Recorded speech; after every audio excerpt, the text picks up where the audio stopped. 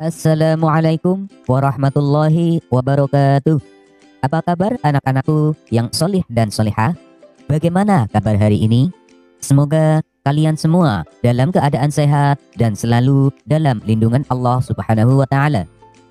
Sebelum kita mulai pembelajarannya, marilah kita berdoa terlebih dahulu. Bismillahirrahmanirrahim. Rabbi zidni ilma warzuqni fahma. Amin.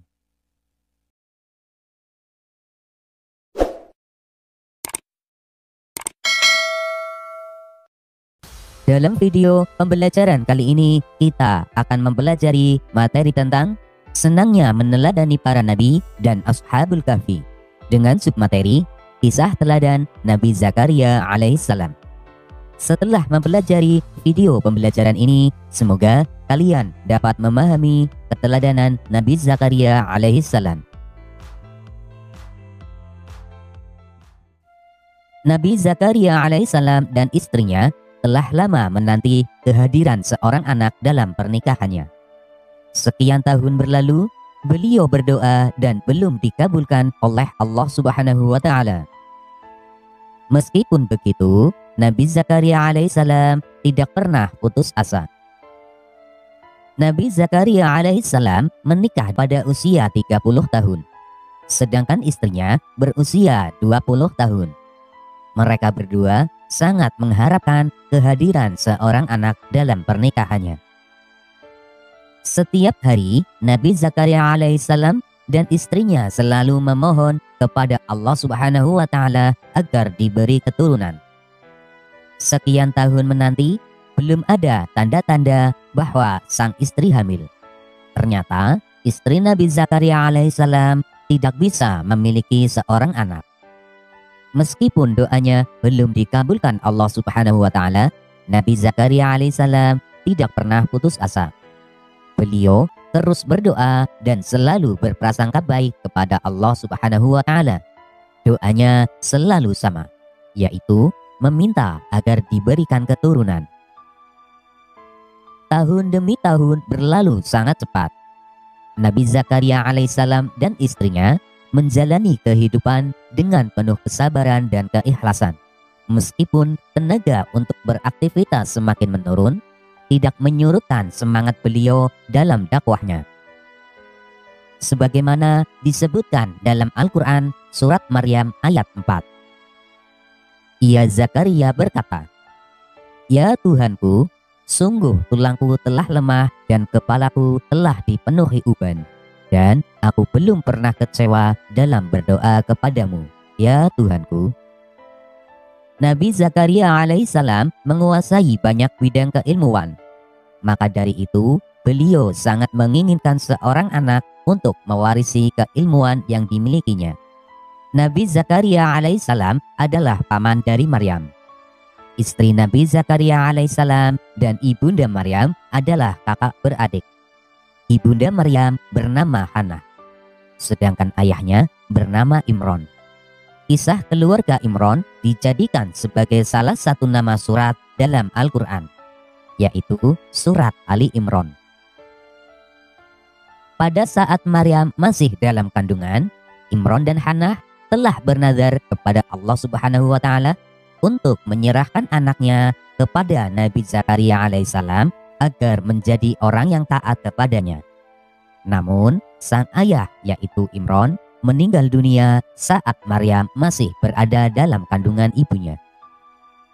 Setelah Maryam lahir dan dapat mulai berpikir, Hannah menyerahkan Maryam kecil dalam pengasuhan Nabi Zakaria alaihissalam.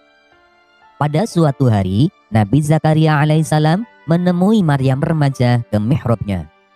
Beliau melihat Maryam di salah satu sudut mihrab sedang melaksanakan sholat. Di depannya terlihat berbagai jenis buah-buahan musim panas. Dalam hati, Nabi Zakaria alaihissalam bertanya-tanya, dari mana datangnya buah-buahan musim panas itu, padahal mereka masih berada dalam musim dingin. Nabi Zakaria alaihissalam tidak sabar menanti Maryam selesai sholat. Setelah Maryam selesai sholat, kemudian Nabi Zakaria alaihissalam bertanya kepada Maryam, "Hei Maryam, dari manakah engkau mendapati buah-buahan ini semua?" Lalu Maryam menjawab, "Ini adalah pemberian Allah Subhanahu wa Ta'ala yang aku dapat tanpa dicari dan diminta. Dikala matahari terbit, aku mendapatkan rizkiku ini sudah berada di depan mataku. Demikian pula bila matahari terbenam. Sesungguhnya Allah Subhanahu wa Ta'ala memberikan rizki kepada siapa saja tanpa hisab." Mendengar jawaban dari Maryam, Nabi Zakaria alaihissalam sangat terkejut. Dari peristiwa itu timbul semangat besar dalam diri Nabi Zakaria alaihissalam. Sesampainya di rumah, dalam mihrabnya, beliau beribadah sambil menangis dan berdoa dengan suara merendah. "Ya Allah, berilah aku dari sisi Engkau seorang anak yang baik. Sesungguhnya Engkau maha mendengar doa." Belum selesai Nabi Zakaria alaihissalam berdoa, Allah Subhanahu wa Ta'ala mengabulkan doanya melalui perantara malaikat Jibril. Malaikat Jibril berkata, "Sesungguhnya Allah Subhanahu wa Ta'ala menyuruhku untuk menyampaikan kepadamu sebuah kabar gembira." Kemudian Nabi Zakaria alaihissalam bertanya, "Apa itu wahai Jibril?" Malaikat Jibril menjawab, "Atas kesabaranmu dalam berdoa, Allah Subhanahu wa Ta'ala mengabulkan permintaanmu dengan balasan berkali-kali lipat. Yang pertama, Allah Subhanahu wa Ta'ala akan memberikan seorang anak laki-laki. 2. Allah Subhanahu wa Ta'ala memberikan nama Yahya kepadanya, yang mana belum ada seorang pun yang memiliki nama serupa. 3. Kelak ia akan menjadi orang yang membenarkan kedatangan Isa alaihissalam. 4. Dia seorang panutan. 5. Dia tumbuh menjadi orang yang pandai dalam menjaga diri dari zina. 6. Yahya dewasa akan menjadi seorang nabi sama sepertimu." Kemudian Nabi Zakaria alaihissalam bertanya, "Ya Allah, bagaimana mungkin aku bisa mendapatkan seorang anak padahal aku sudah tua dan istriku seorang yang tidak dapat memberi keturunan?" Lalu malaikat Jibril menjawab, "Demikianlah Allah Subhanahu wa Ta'ala berbuat apa yang Dia kehendakinya." Nabi Zakaria alaihissalam berkata, "Kalau begitu, beri aku sebuah tanda bahwa istriku telah mengandung."